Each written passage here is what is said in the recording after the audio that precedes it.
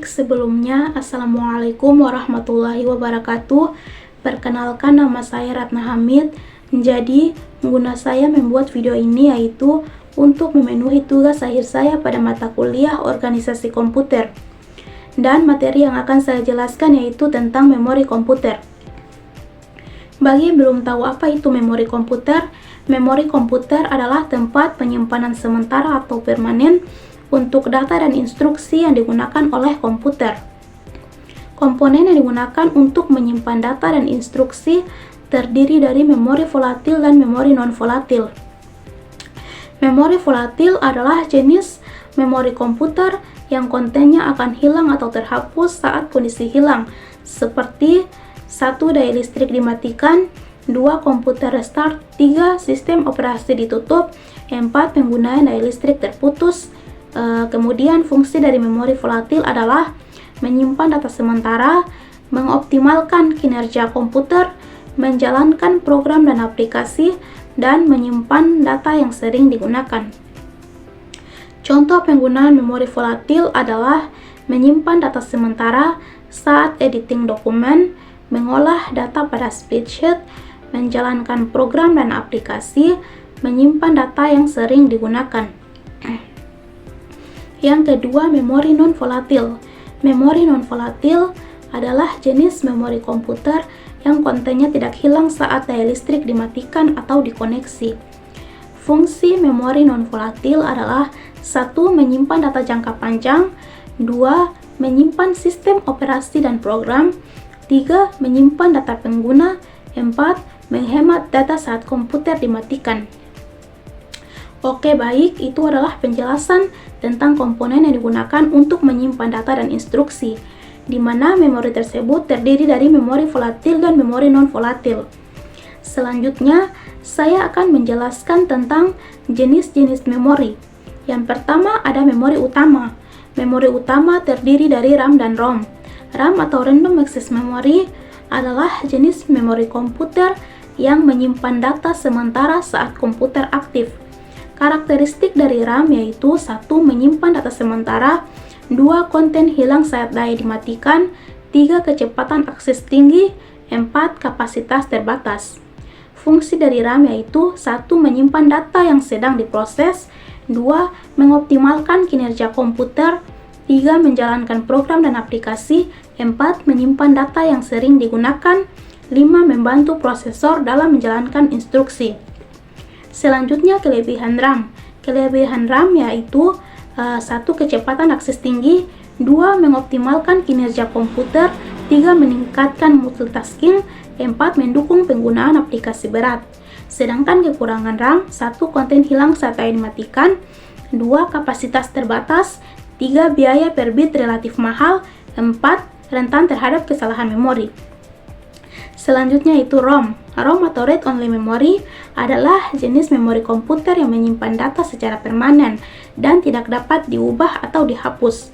Fungsi ROM yaitu 1. Menyimpan instruksi BIOS atau Basic Input Output System, 2. Menyimpan firmware perangkat keras, 3. Menyimpan data konfigurasi sistem, 4. Menyimpan program startup, 5. Menyimpan data yang tidak perlu diubah.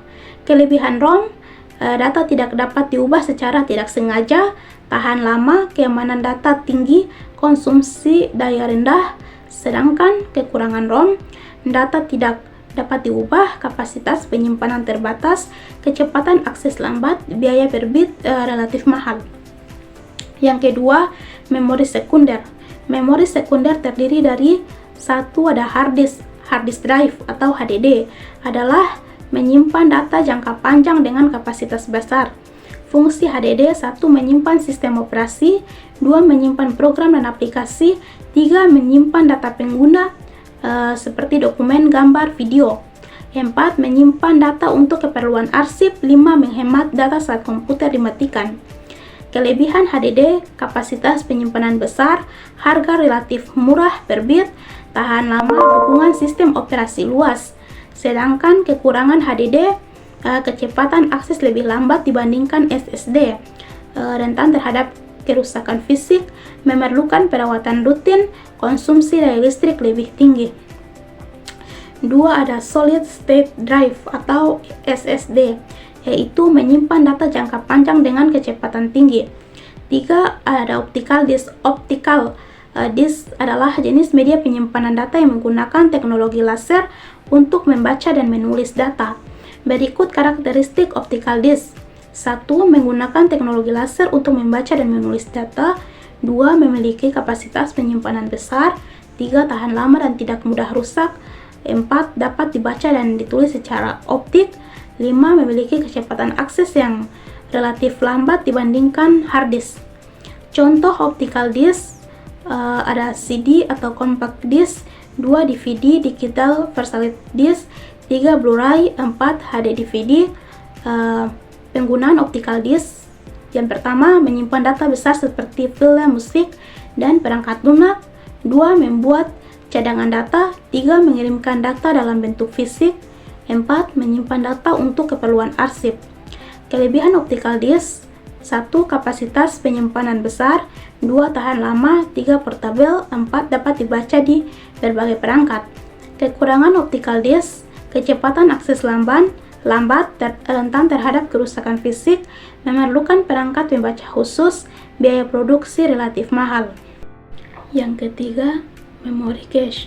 Memori cache adalah jenis memori komputer yang berfungsi sebagai buffer antara memori utama, RAM, dan memori prosesor.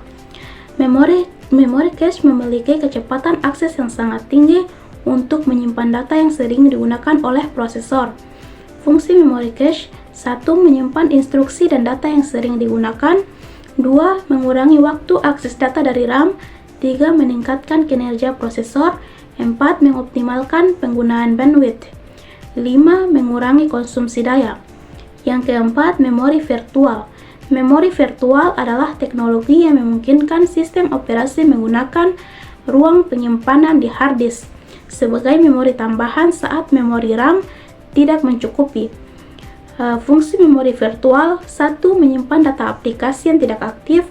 2. Menyimpan data aplikasi yang memerlukan memori besar. 3. Mengoptimalkan penggunaan memori RAM. 4. Meningkatkan kinerja sistem. 5. Mengurangi konsumsi memori RAM. Oke, baik, itu adalah penjelasan tentang jenis-jenis memori.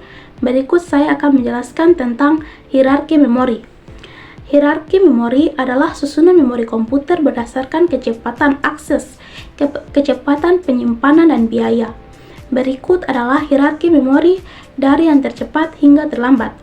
Hierarki memori yang pertama, register atau kecepatan tertinggi kapasitas terkecil, terletak di dalam prosesor, menyimpan instruksi dan data yang sedang diproses. 2. Cache memory atau kecepatan tinggi kapasitas kecil, terletak di dalam atau dekat prosesor, menyimpan data yang sering digunakan. 3. Memori utama atau RAM, kecepatan sedang, kapasitas besar, menyimpan data yang sedang diproses, konten hilang saat daya dimatikan. 4. Memori sekunder atau HDD dan SSD, kecepatan lebih lambat, kapasitas besar, menyimpan data jangka panjang, konten tidak hilang saat daya dimatikan. 5. Memori arsip, kecepatan terlambat, kapasitas sangat besar, menyimpan data arsip dan cadangan, konten tidak hilang saat daya dimatikan. Karakteristik hierarki memori: 1. Kecepatan akses menurun dari atas ke bawah. 2. Kapasitas penyimpanan meningkat dari atas ke bawah. 3. Biaya per bit menurun dari atas ke bawah. 4. Volatilitas menurun dari atas ke bawah atau dari volatil ke non-volatil. Manfaat hierarki memori: 1. Meningkatkan kinerja sistem. 2. Mengoptimalkan penggunaan memori. 3. Mengurangi biaya. 4. Meningkatkan fleksibilitas penggunaan memori. 5. Menghemat waktu akses data. Baik, itu adalah penjelasan singkat tentang memori komputer. Kesimpulan dari materi tersebut adalah memori komputer terdiri dari beberapa jenis dengan fungsi dan kecepatan berbeda. Terus kombinasi memori utama, cache, dan memori sekunder memastikan performa optimal, dan hierarki memori menentukan efisiensi sistem. Baik, Itu adalah paparan singkat dari saya tentang memori komputer. Semoga dapat bermanfaat bagi semua orang yang menonton.